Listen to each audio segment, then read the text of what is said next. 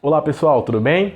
Faz tempo que eu não gravo aqui pro canal, não é mesmo? Mas agora em 2021 eu decidi voltar por conta da popularidade que um dos meus vídeos atingiu, que é o vídeo do Urubu.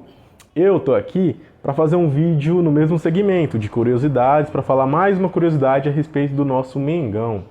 É o formato que eu mais gosto de fazer, também eu acho que é o formato que o público também gosta mais.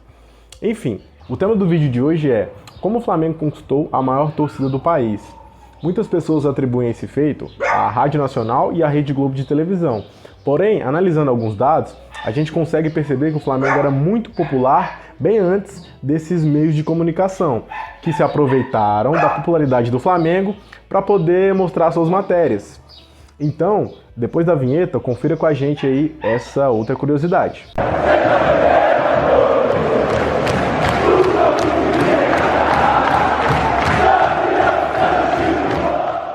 Para começar esse vídeo, eu preciso dizer que o Flamengo é um clube criado no ano de 1895, no caso, um clube para esportes aquáticos, por isso o Clube de Regatas do Flamengo. Porém, no ano de 1912, por conta de uma dissidência no clube rival, o Fluminense, foi criado o departamento de futebol no Flamengo com os jogadores que eram do Fluminense. Só que é importante dizer que até a década de 30, o futebol era uma coisa de pessoas mais ricas, era uma coisa das elites. As pessoas que treinavam no Flamengo, que faziam regata, que faziam futebol, eram pessoas que já tinham suas profissões, médicos, advogados, engenheiros, profissionais assim liberais, profissionais que realmente tinham mais dinheiro. A torcida, nessa época, era formada também por pessoas dessa linhagem. E a torcida se comportava mais ou menos como um teatro. Então, elas aplaudiam tanto o time adversário quanto o time pelo qual ela torcia, e a torcida não tinha a configuração que se tem hoje na modernidade, né? Mas a partir da década de 30, tudo isso mudou, principalmente no ano de 1933 até o ano de 1937, que durou a gestão do presidente Bastos Padilha. Você já deve ter ouvido esse nome. É o nome que está na nossa sede social, na Gávea. Esse presidente teve ideias bem interessantes para a popularização do Flamengo na época. Ele organizou concursos nas escolas do Rio de Janeiro para que se elegesse a melhor frase sobre o Flamengo, né? Uma frase que transmitia a identidade rubro-negra. Uma dessas surgiu a frase, uma vez Flamengo, Flamengo até morrer, que está no nosso hino, que foi criado pouco depois por Lamartine Babo. Além disso, ele contratou os jogadores mais famosos do país na época, que era Leônidas da Silva, o Diamante Negro e o Domingos da Guia.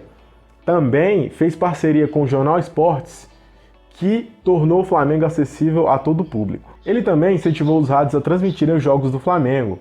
E sempre que o Flamengo se apresentava nessa época nos rádios, né, ali na década de 30, década de 40, o Flamengo se colocava como um clube que representava o Brasil na sua totalidade. Portanto, o Flamengo nunca foi um clube regional desde a década ali de 30 e de 40.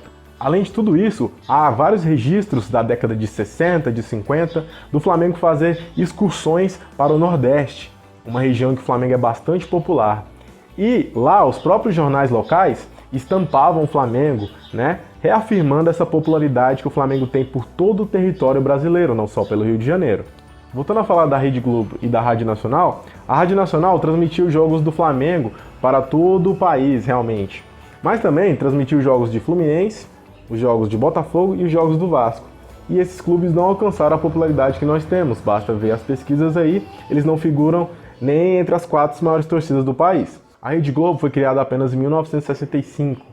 Nessa época o Flamengo já era bem popular, já era o clube mais popular do país, então as transmissões dela não são motivo para dizer que o Flamengo é um clube da Globo, como muitas pessoas dizem. E aí vieram os anos de ouro do Flamengo, né? Na década de 80.